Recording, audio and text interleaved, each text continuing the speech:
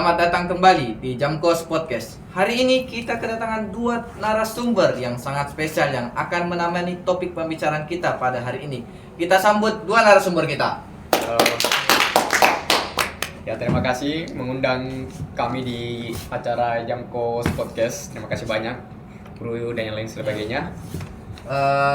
Para narasumber, bolehkah kalian memperkenalkan diri, nama, dan asal sekolah kalian dari mana? Oke, jadi nama saya itu Muhammad Akram dan saya itu merupakan siswa dari UPT SMA Negeri 1 Parepare, yang bisa dikatakan saya itu siswa aktif berorganisasi. Lalu saya Rizky Rusman Padi Triati, juga salah satu siswa dari SMA Negeri 1 Parepare, satu angkatan. Silakan kalian menjelaskan pengalaman kalian selama berorganisasi.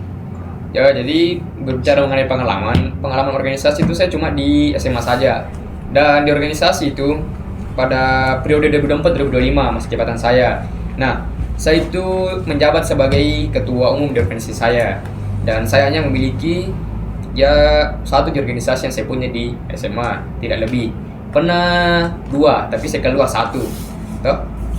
Dan saya sebagai wakil dari Akram, dan mungkin memasuki beberapa organisasi di SMA Negeri 1 Parepare, karena memang SMA Negeri 1 Parepare dikenal mempunyai banyak organisasi dan saya memasuki beberapa lah di sana. Konfliknya ini dia punya banyak dia itu punya jabatan di berbagai organisasinya, itu rata-rata dia punya pegang jabatan penting, bukan di organisasi ini saja. Toh? Mungkin ada sekitar 4 jabatan penting yang saya pegang, dan alhamdulillah saya bisa handle lah beberapa. Bisa beritahu saya alasan Anda ingin join organisasi? Oke, jadi alasanku yang pertama itu ya biasalah, kalau kita baru-baru masuk sekolah, masa pengenalan lingkungan sekolah. Bisa kan kalau masa pengenalan lingkungan sekolah itu pasti kan ada yang biasanya perkenalkan organisasinya dong. Banyak organisasi yang perkenalan begitu. Nah, tapi saya itu tertarik dengan satu organisasi. Nah, organisasi itu bernama KIDS. Ya. Nah, kepanjangannya itu adalah Komunitas IT Semansa ataupun Ilmu Teknologi. Nah, kebetulan saya itu punya sedikit bakat di bidang desain grafis, desain poster. Ya. Nah, kalau saya sendiri punya bakat di bidang coding atau informatika lah, pemrograman nah, bisa. Karena itu hari pada saat MPLS itu kita diberikan iming-iming bahwa masuk ke organisasi ini bakal dapat ataupun keterampilan kita bakal di-upgrade begitu ya. Jadi kalau kita cuma tahu desain grafis, kita bisa tahu software ataupun skill kita di bidang desain grafis bakal meningkat. Nah, itu yang membuat saya tertarik. Jadi saya tertarik untuk masuk di organisasi tersebut. Dan akhirnya saya masuk di organisasi tersebut. Dan saya sendiri tuh masuk di organisasi, saya coba beberapa organisasi. Saya di masa awal SMA kan kita cerita mencari jati diri dan bakat lah. Saya coba beberapa, dan jika saya merasa cocok, saya akan mengikuti organisasi itu. Jika tidak, mungkin saya akan memutuskan keluar. Dan di KIDS ini saya merasa bahwa saya bisa mengembangkan sedikit bakat saya yang mungkin belum saya terlalu kuasai lah di bidang coding dan informatika. Sama lah alasannya kurang lebih lah, untuk meningkatkan pengetahuan kita di bidang sendiri. Pengetahuan kita lah di bidang IT. Boleh kan? Ya, silakan minum. Oke. Jadi para penonton, kita sudah mendengar alasan kenapa mereka masuk organisasi. Sekarang kita akan masuk sedikit lebih dalam kenapa mereka ingin menjadi ketua dan wakil ketua. Bisa jelaskan? Ya, alasan saya untuk menjadi ataupun bertekad ataupun berambisi menjadi seorang ketua dalam organisasi ini. Ya, sebelumnya saya itu pada saat saya masih menjadi junior lah ceritanya.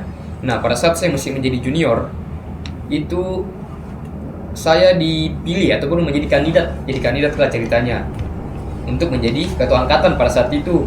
Jadi ketua angkatan. Nah, kebetulan wakilku ini adalah kandidatnya juga. Saya juga salah satu kandidat dari 3 kandidat. Kandidat. Nah, tapi satunya itu ya dia di organisasi lain lah juga. Dia punya jabatan penting di organisasi lain. Nah, saya tidak tahu, sebelumnya saya tidak punya pengalaman sekali berorganisasi, pengalaman menjadi seorang pemimpin, ya masih bocah-bocah polos begitu Ya, apalagi masih masih kelas-kelas coba-coba 10 baru pertama kali berorganisasi, tapi saya tidak tahu kenapa tiba-tiba ditunjuk menjadi kandidat.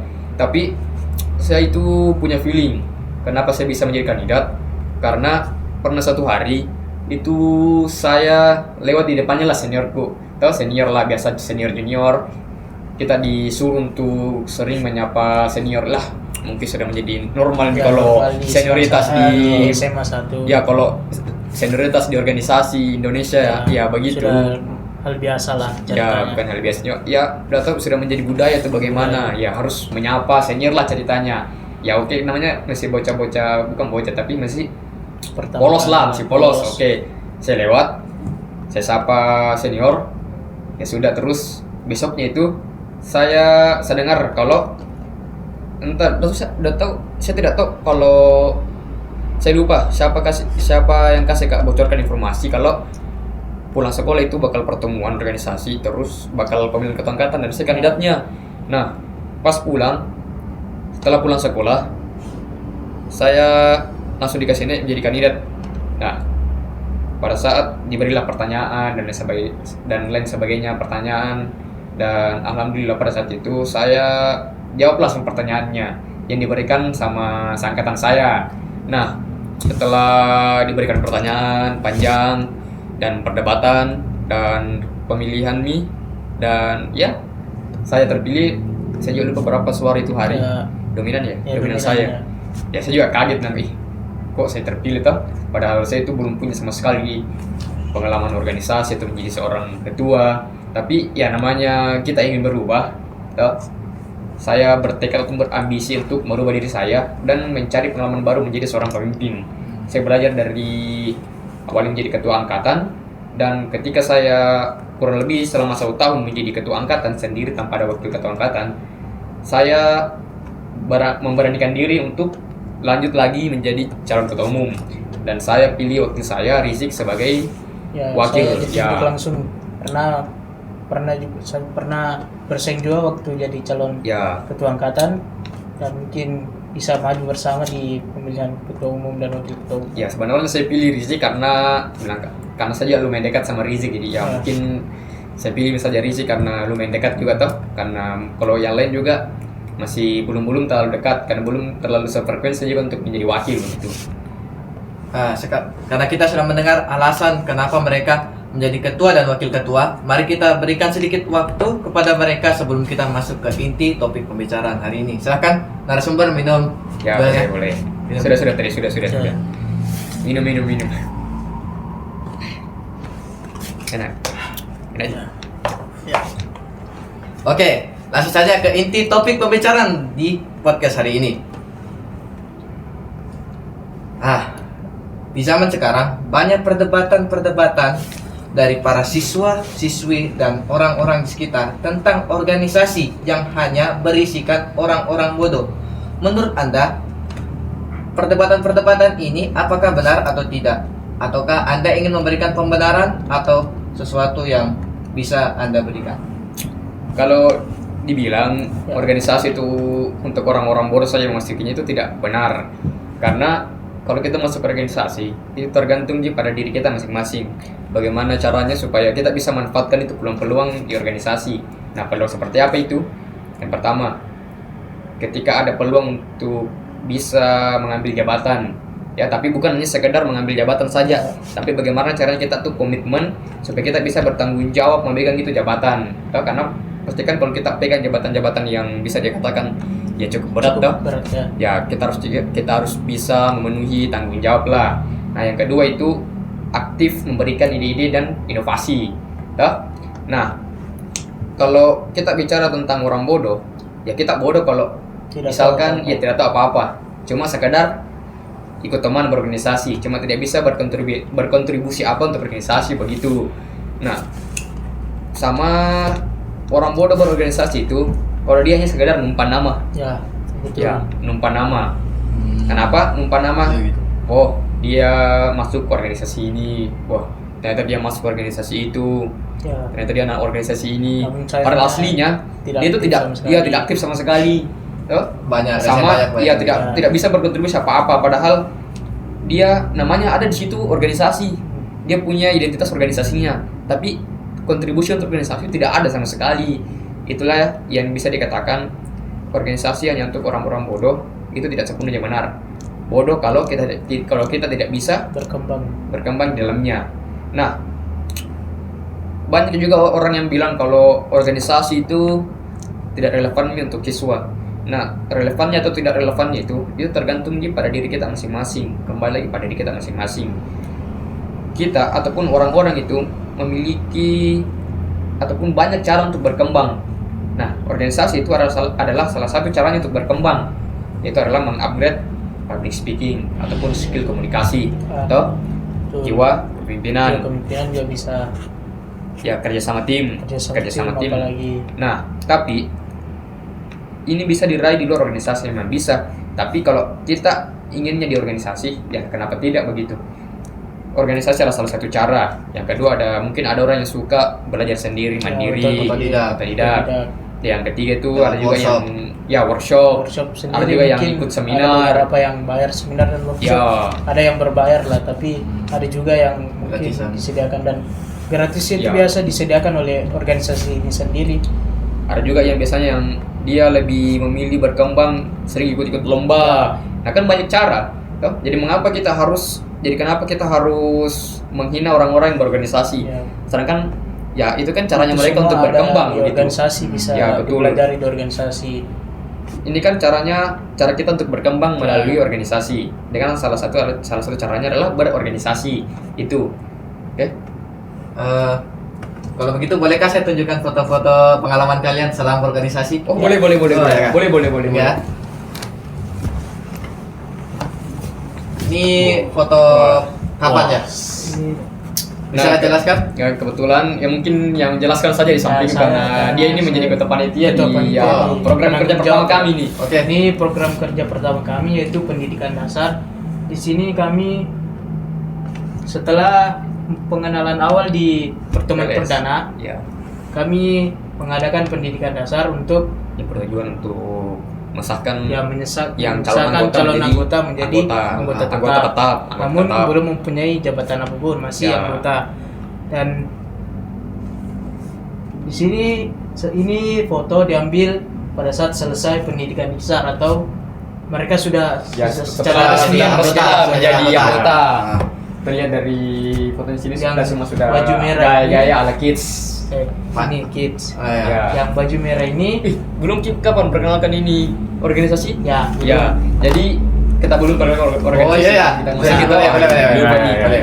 Jadi organisasi kita itu bernama Komunitas IT Semansa. Komunitas Ilmu Teknologi Semansa. Nah, sesuai dengan namanya, di ini organisasi bergerak di bidang ilmu teknologi. Ia menjadi wadah bagi para siswa-siswi UPT SMA Negeri 1 Parepare untuk mereka mengembangkan minat mereka dan keterampilan mereka di bidang ilmu teknologi, di bidang IT lah tentunya. Yang awalnya mereka cuma bisanya satu bakat, mungkin sambil contoh. Saya awalnya cuma bisa desain grafis. Kalau Risik, saya mungkin awalnya cuma bisa Excel atau Word lah. Coding software. Tapi setelah kita join organisasi, kita bisa tahu lah pengetahuan baru, menambah pengetahuan baru mengenai IT, mulai dari hardware, jaringan. Sejujurnya saya setelah masuk di Kids ini, saya punya pengetahuan baru mengenai bahasa pemrograman, software, dan saya juga tambah pengetahuan saya di bidang networking, jaringan. Jadi sudah ada 3 pengetahuan saya. Video editing juga.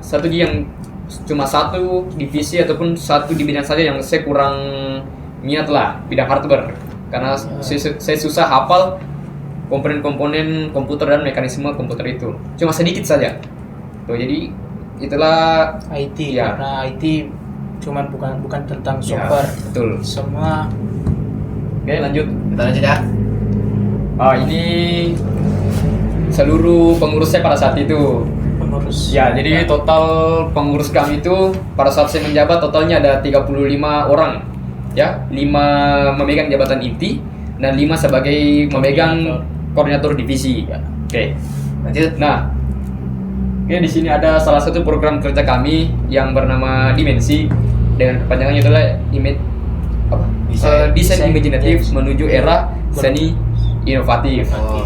Nah pada saat itu ya bisa saya katakan ini program kerja yang paling seru karena Bisa dan jelaskan paling kalau- stres ya paling stres juga karena program kerja ini hampir tertunda atau bahkan terancam batal karena kita yang pertama itu minim dana, Ini ya peserta masih lomba, anak SMA kan, ya peserta lomba. peserta lomba juga Ya, masih tapi namanya sedikit. anak organisasi, tentunya kita harus bisa berambisi lah, punya ambisi. Kita tidak patah semangat, walaupun banyak masalah yang kita hadapi.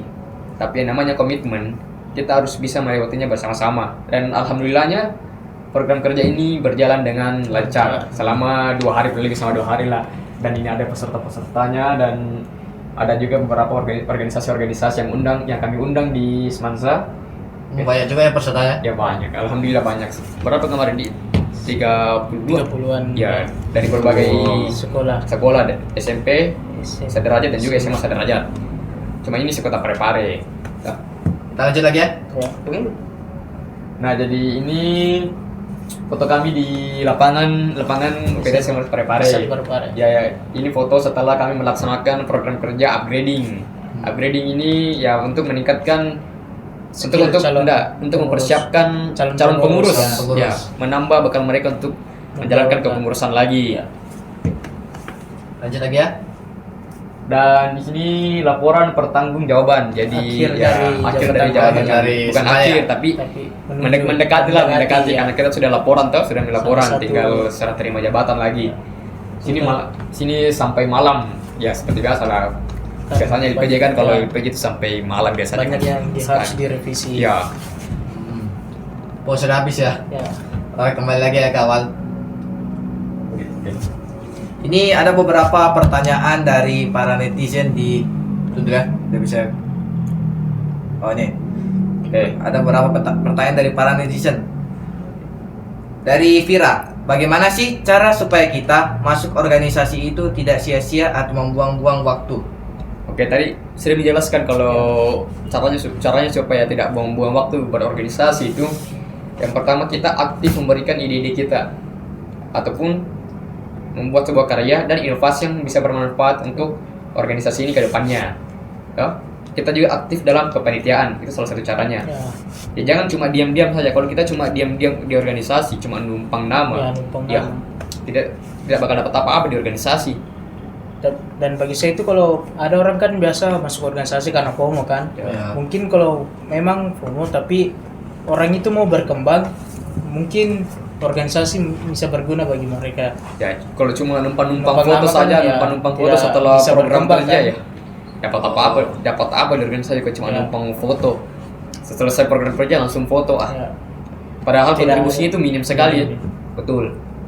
Ada pertanyaan lagi dari Raha 2.28. Kalau kita ingin join organisasi, apakah kita harus mempunyai skill terlebih dahulu untuk bisa masuk? Tergantung organisasi apa yang kita masuki. Ada beberapa organisasi yang memang mengharuskan mempunyai skill tertentu lebih dahulu. Kayak skill dasar lah. Ya, skill Ya. dasarnya lah. Mungkin contohnya itu, semisal ada organisasi yang dia di bidang IT juga, misalnya di bidang robotika, tapi dia harus ada tesnya terlebih dahulu.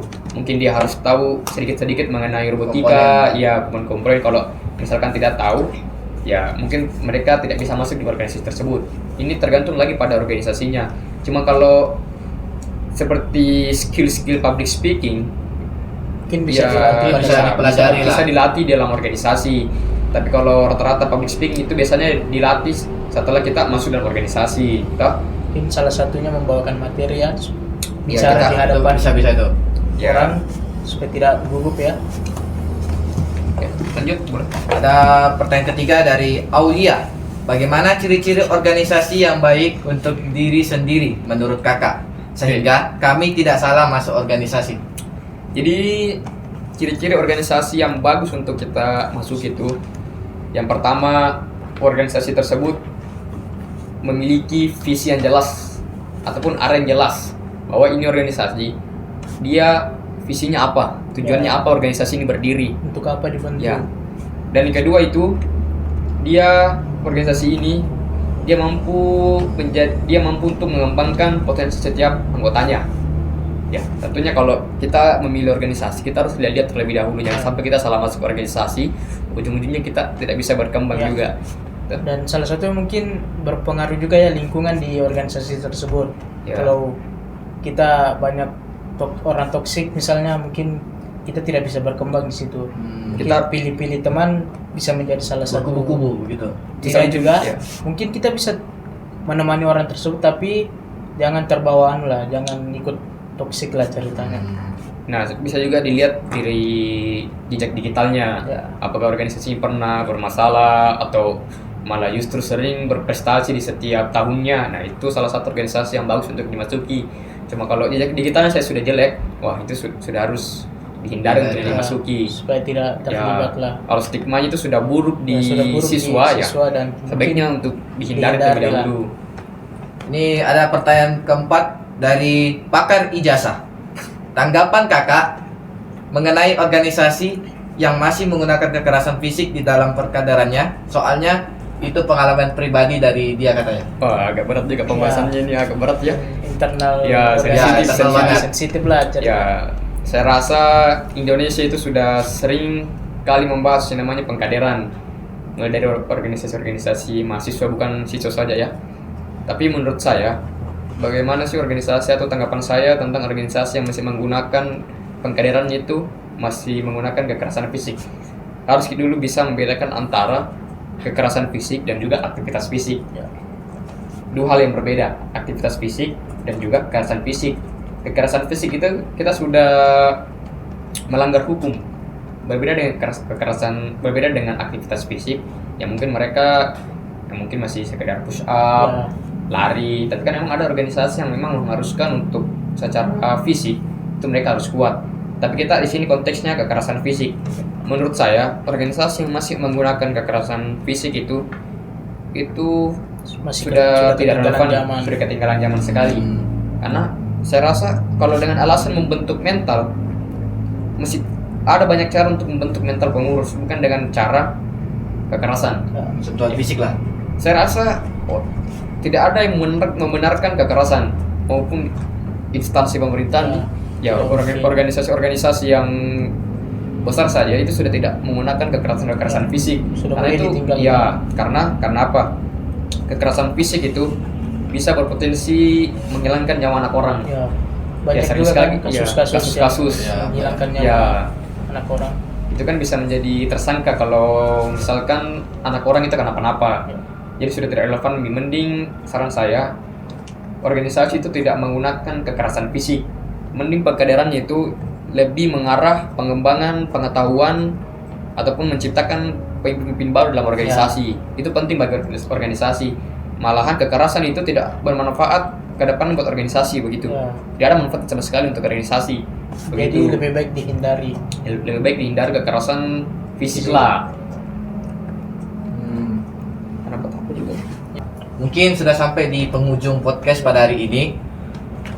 Adakah kata-kata terakhir dari para narasumber untuk diberikan kepada para penonton sebelum kita menutup Ya, podcast? mungkin menyimpulkan saja Ya. ya. Menyimpulkan ya. Jadi kesimpulan pada topik pada hari ini ya, sebenarnya organisasi itu relevan tidak relevannya tergantung pada diri kita masing-masing lagi. Bagaimana caranya kita memanfaatkan peluang-peluang yang ada di dalam organisasi supaya ketika kita berorganisasi itu tidak rugi lah untuk masuk di dalamnya ya. Bagaimana supaya kita tidak rugi? Ya seperti ikut kepanitiaan, aktif memberikan ide-ide ataupun inovasi, dan juga skill komunikasinya kita pertingkatkan dalam organisasi. Ya saya rasa pasti kita mendapatkan benefit sekecil apapun itu dalam organisasi. Seperti apa ketika ada konflik, walaupun kita tidak memegang jabatan-jabatan penting di suatu event, tapi setidaknya kita belajarlah komunikasi. Ketika ada konflik, itu kita menyelesaikan masalah ikut untuk mencarikan solusi. Tapi kalau kita hanya sekadar diam-diam saja, kita tidak ada bisa masalah ya, yang bisa diselesaikan. tidak ada masalah yang bisa diselesaikan. Kita juga tidak memiliki skill komunikasi yang baik kalau sekadar diam-diam saja dalam organisasi. Oke.